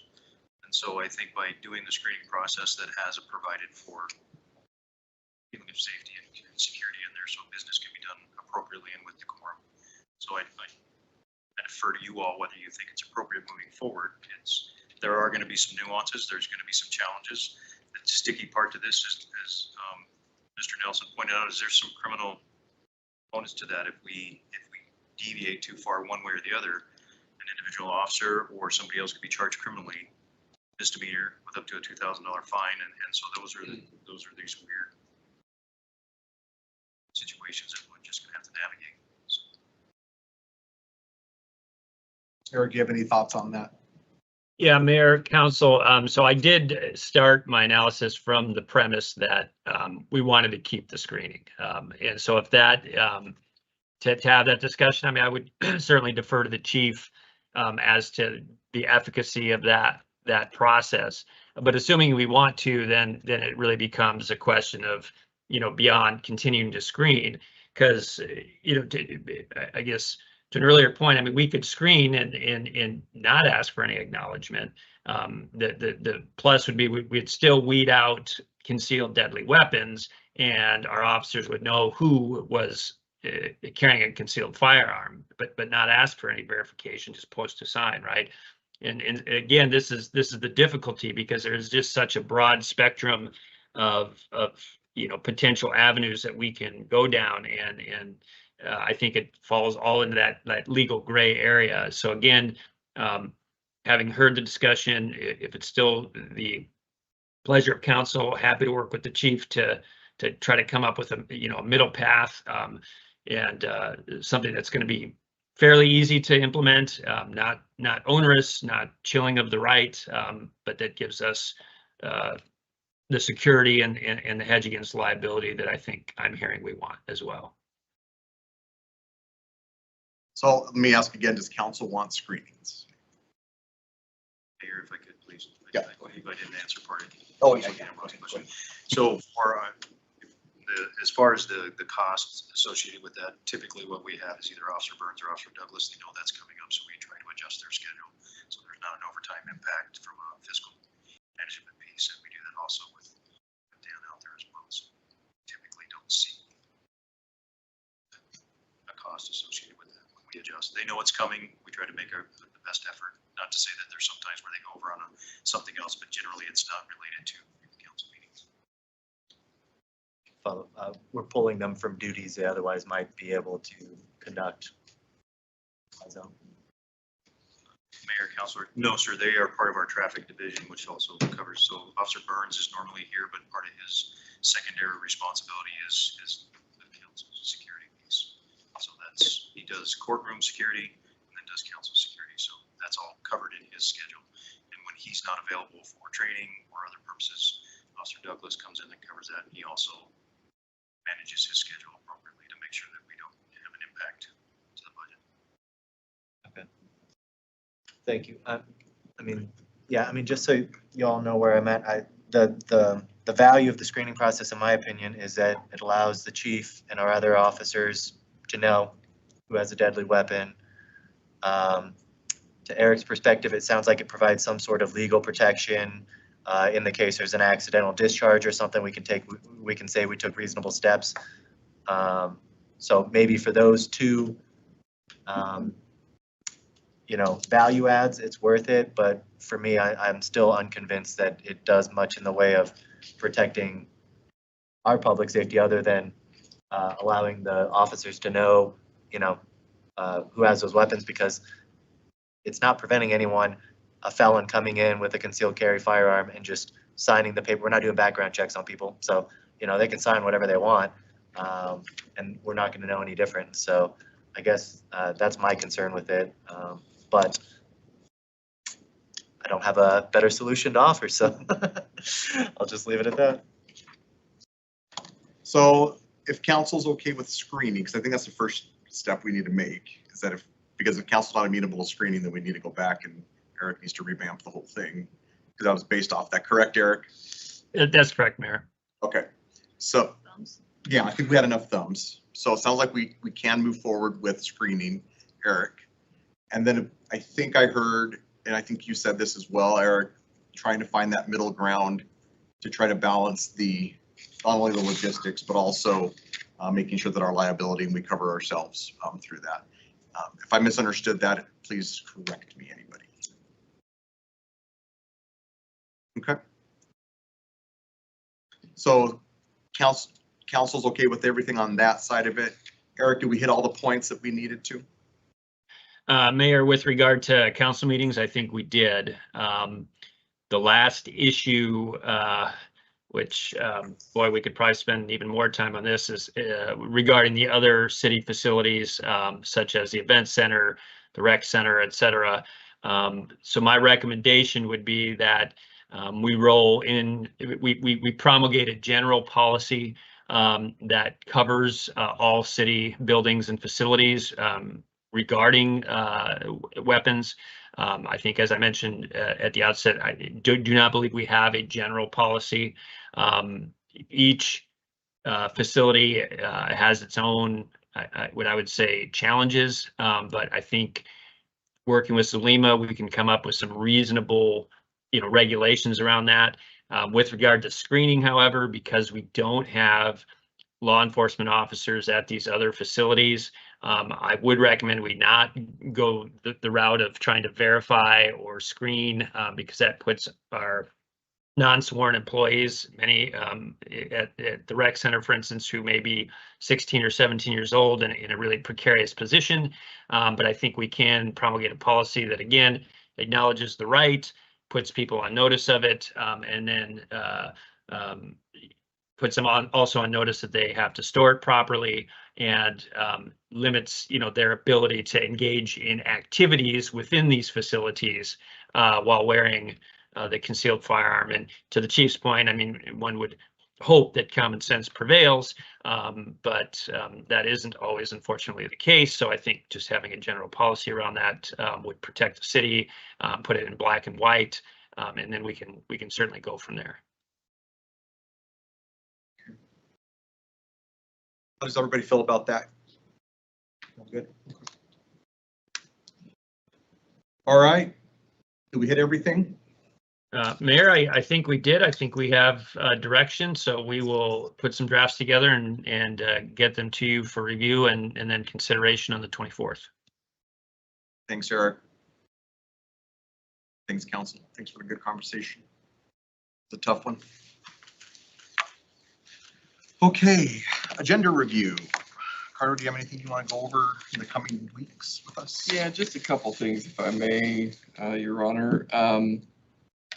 Just to remind you, next week's meeting is big for us in that this is where you consider adopting the fiscal year 26 budget. Happens to be our statutory deadline. If any of you have questions that you haven't gotten resolved or whatever, through other information that we've put forward, please let me know. I'd be happy to go through that with you or do more homework, whatever the case may be.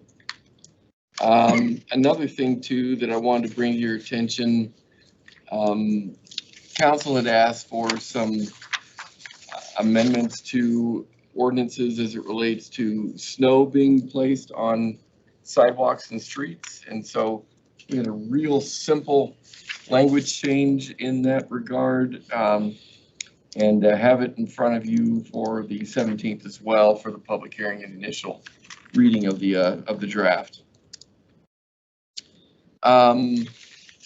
If you'll notice also in the pre-meeting of the 17th, we hope to talk to you about Trail Center and the land, being requested for transaction with the BLM. We have done some homework there and some research that we are ready to share with you on that evening and hopefully get your blessing. Ultimately, what we need is a resolution that suggests a provisional approval of the geometric shape that attempts to capture the land that we're comfortable transacting. And so that conversation will be in the pre-meeting. But we also need to talk to you about admission fees for Casper in the pre-meeting of the 17th as well. I'm hopeful too that we can bring another land sale idea forward that we can get your blessing for. And see what you think about another attempt to transact public land to the private sector. If you'll turn the page and look with me on the meeting of the 24th, which is the last work session or last meeting in June, we do believe that we will have some visitors from Spectrum to come talk to us about the service outage that was rather extended not too long ago.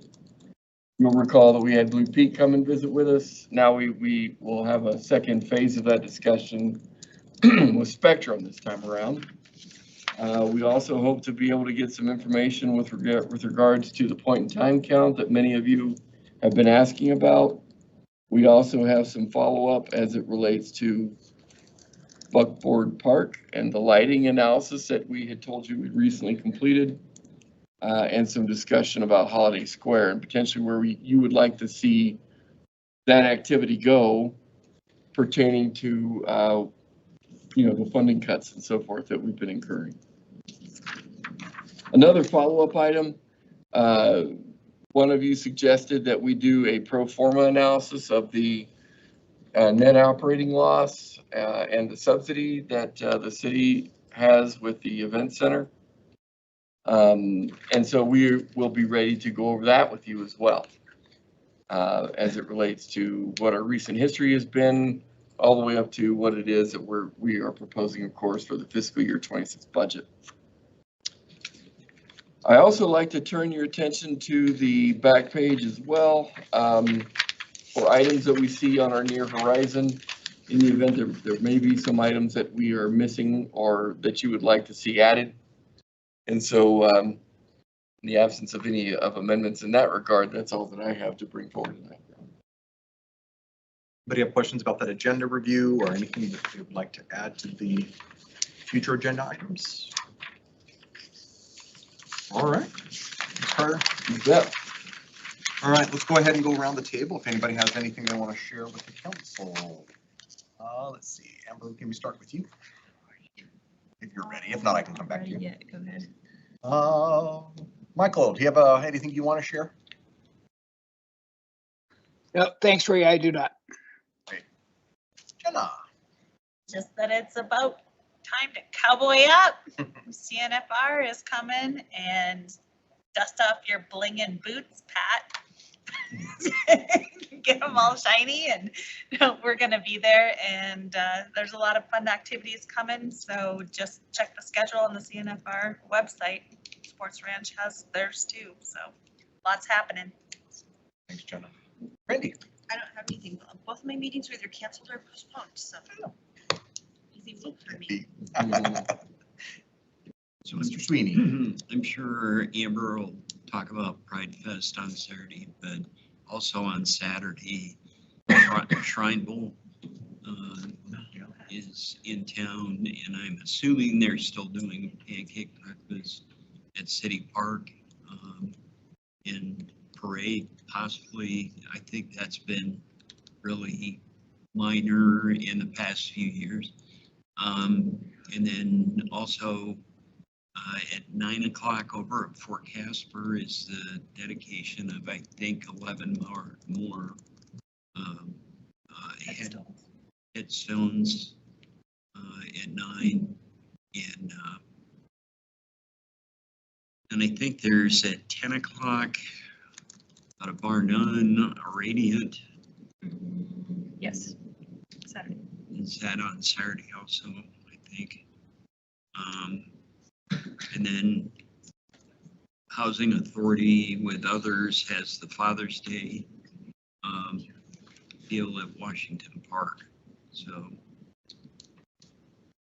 did I miss any? So then the Bishop House, Camilla House fundraiser is Saturday night. So with Mark Twain. Yep. I'm sure you've met him. I have. Love Mark Twain. plus CNFR. Plus CNFR, And, boots and bling. and then the deal Sunday night at David Street Station. Oh yeah, Western West Fest. Fest, yeah, Yeah, Western. at 6 o'clock, so. Summer's kicking off, getting going. Kyle? Thanks, Mayor. I just have one item. I was in Grand Junction all last week for work and it was my first time there and it's beautiful. That's what I thought. And I was really amazed at the amount of public art they had in their downtown district. I mean, a lot. Sculpture, statues, interactive kind of playgrounds. And apparently they started something called Art on the Corner back in 1984. It was one of the first examples of municipalities having rotating outdoor art exhibits. It's managed by their Downtown Development Authority, and the DDA retains a commission on sales of that art. So it's all public art that is for sale.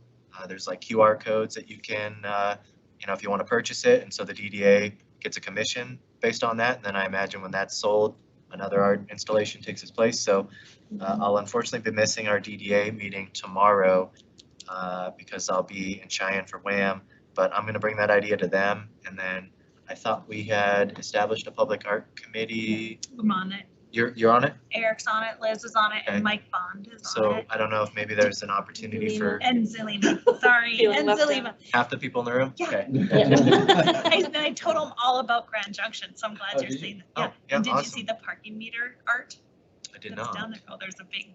How there's do a big parking thing. meters up? I was asking. It was for one guy to keep him out of downtown, Okay. and they did hot pink bench, because it's all parking. My work colleagues I was asking them about curb cutouts and meters and stuff, so they were, they thought it was funny that I was interrogating them about all this like city council related stuff, but, so yeah, maybe a marriage sounds like you can keep that conversation going. Didn't know if there was an opportunity for us to do something, but, I really like the idea. I thought it was cool, so maybe, we can have some conversations in some of our, relevant meetings. That's all I had. Thanks. Thanks, Kyle. Appreciate it. Amber? Thank you very much. So I will go over just a few of the things that are happening for Casper Pride this week. Kicks off Thursday at Frontier with some karaoke and trivia. If anybody wants to come and see if they can beat me at trivia, open invitation. Pretty good. So that's happening as a kickoff. A variety of other events through the week. Some highlights, I think. The big one will be David Street Station at 10 to 2 on Saturday. We've got Inda Eaton, who, for those of you who don't know, she's a Casper-born Americana musician who will be headlining from here and has been living in, I think, East Coast for quite some time now. So always a treat to have her back. And then Sunday, we'll be hosting a march and kind of a advocacy event where folks can learn about ways to get involved. We have the march, and then there'll be a barbecue, and all of those are open to the public, and folks are invited to check out that schedule. So it'll be a packed week, lots of different ways to engage with that. And on a related note, was at the Evansville Town Council meeting last night.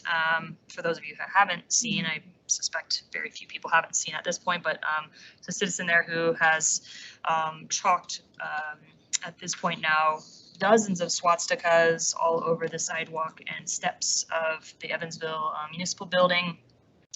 And I haven't really had time to prepare a statement about it, but it was in response to the mayor putting some pride flags in the yard there. And all I will say at this point about it is that regardless of what an individual is reacting or responding to, that is a completely unacceptable and abhorrent demonstration of frustration or disagreement or whatever the case may be.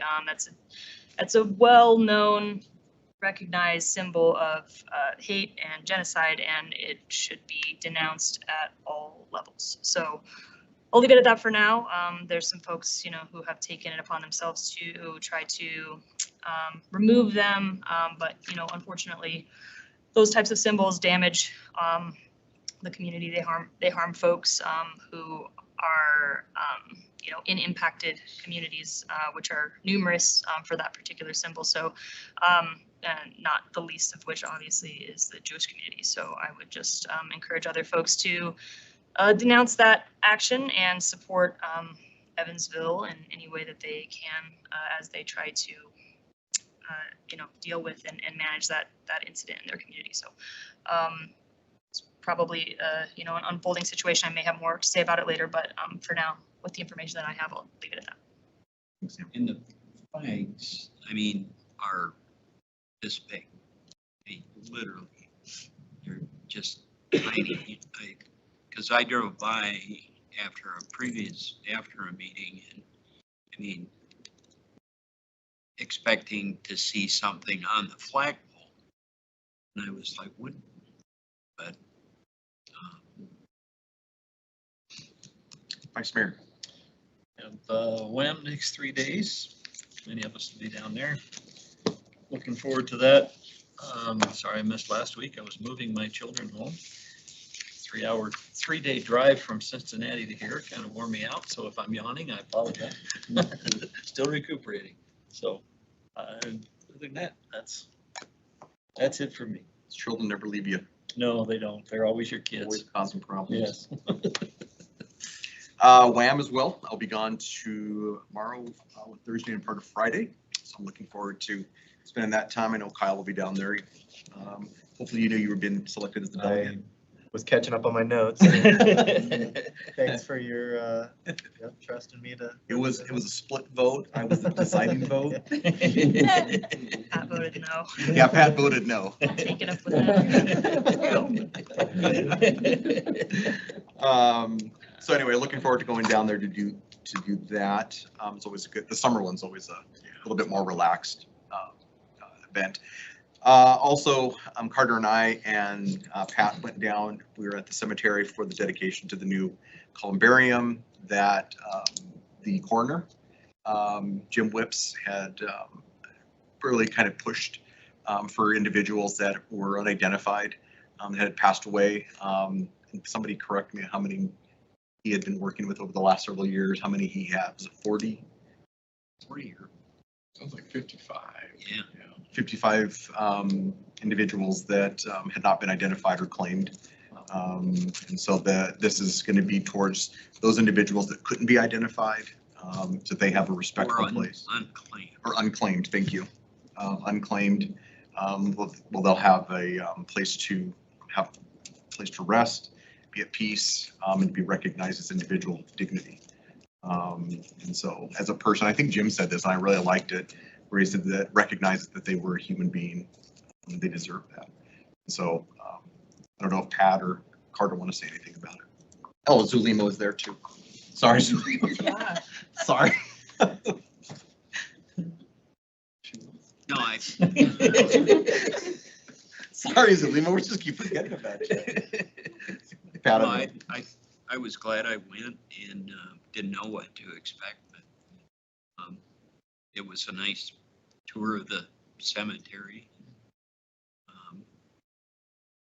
Looked good. So I'm gonna go on record. It is beautiful. You guys do a great job over there. Yeah. It is a wonderful place. Yeah, you guys do a great job. Yeah, go ahead, Pat. So I forgot it. Downtown Casper Business Association this morning. So our 321.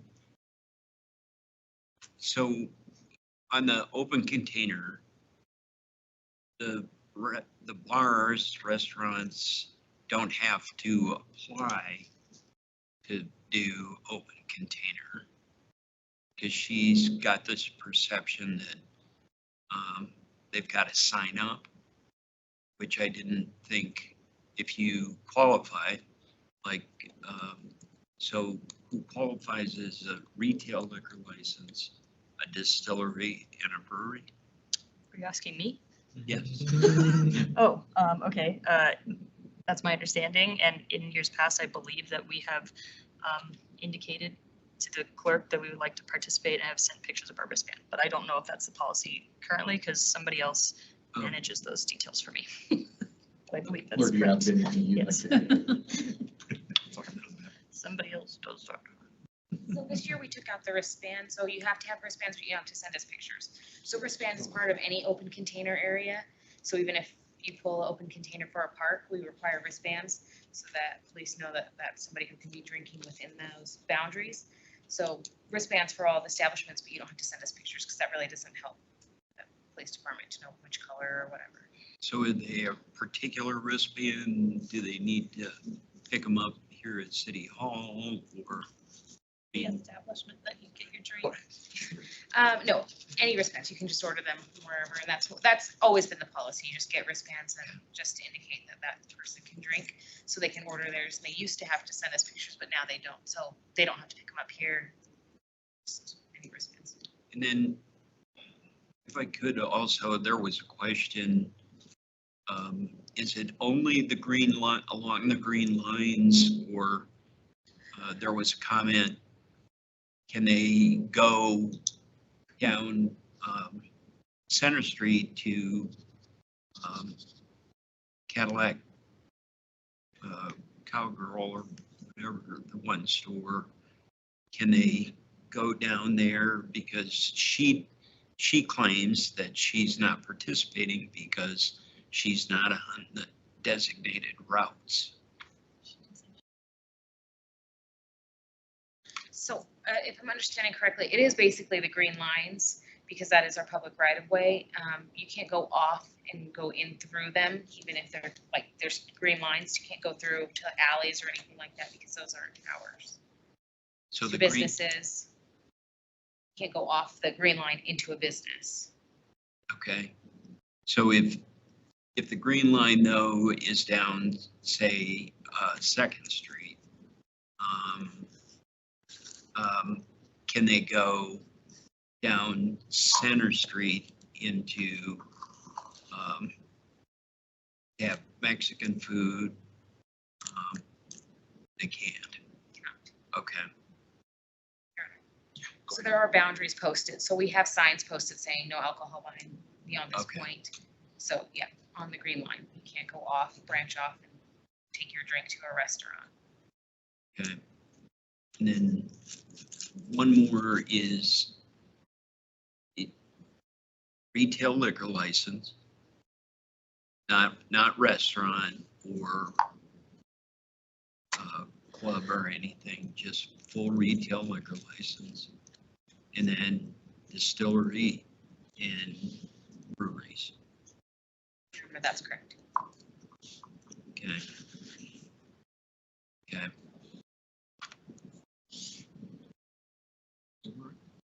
Thank you. Appreciate it. That's all I had, but I would also wanted to just go on record along with what Amber just said, that what happened at Evansville, I know the mayor fairly well, and I certainly think it not only, you can't justify something, even if you're a completely anti-LGBTQ, pride, everything, you can never justify it for the atrocity that what the Nazis stood for, what happened, the decimation of those that multiple, not only the Jewish faith and Jewish individuals, but Catholics and many, many people. And so it was a disgusting display and should be very resoundingly denounced that happened. So I'd like to go on record as well. Thank you, everyone. I don't know, can we at some point pass a resolution in support of the mayor? And I think we can kind of maybe watch and see how things are happening and maybe talk about that down the road, yeah. If something like that happened in Casper, I mean, we have, like, in particular, swastikas around City Hall. I think she feels the First Amendment basically protects. I mean, she's not power washing those swastikas off because he's got a right to voice his opinion through the swastikas, and then I guess he spoke at council. But I feel that's, I didn't realize sidewalks are protected. But Yeah, I think that is a work session, That all is of a it whole- itself. whole Yeah. topic. Good points, though. I think we can talk about that down the road, but I appreciate everybody. Thanks, Pat. Appreciate it. All right, all done.